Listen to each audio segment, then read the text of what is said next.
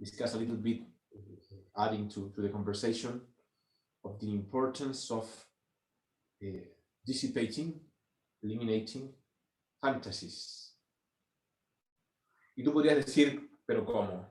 Pero si las fantasías son geniales, son maravillosas, ¿no?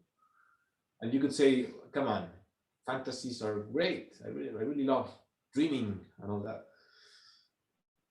Y es cierto, pero muchas veces la fantasía termina transformándose en algo tan poderoso que dejamos de ver la realidad.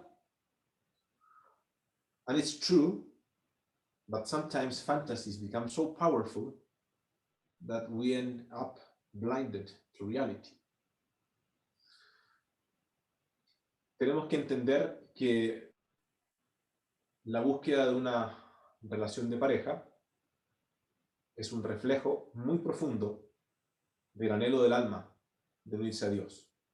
We have to understand that this longing to find a partner, to connect in a relationship, is a reflection of the endless longing of the soul to connect to God. Es la expresión más fuerte de ese anhelo del alma, la búsqueda de una pareja. Searching for a partner is probably the strongest reflection of this longing of the soul to get united to God. Having that into consideration allows us to make choices from a deeper place in us, de modo que podamos disipar todo aquello que es externo y superficial y superfluo, so that we can dissipate all that which is superfluous or external in the relationship,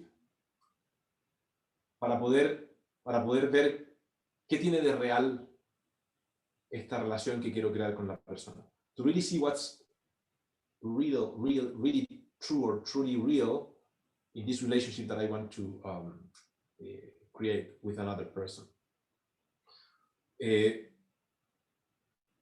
De otro modo, todas las proyecciones que yo cree y proyecte en el otro, que en un 99% van a ser las proyecciones mías y no necesariamente van a venir del otro, de la realidad del otro, me van a pasar la cuenta en el futuro.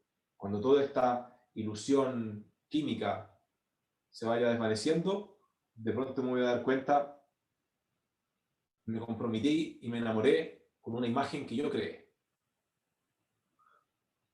If I cannot really see beyond all this fantasy, this projected fantasy that in 99% is probably created by my mind and projected onto the other, we'll end up, when all this chemistry and fascination at the beginning fades out, then I will realize, oh, apparently I fell in love with my own creation, with my own image created by my projections, expectations,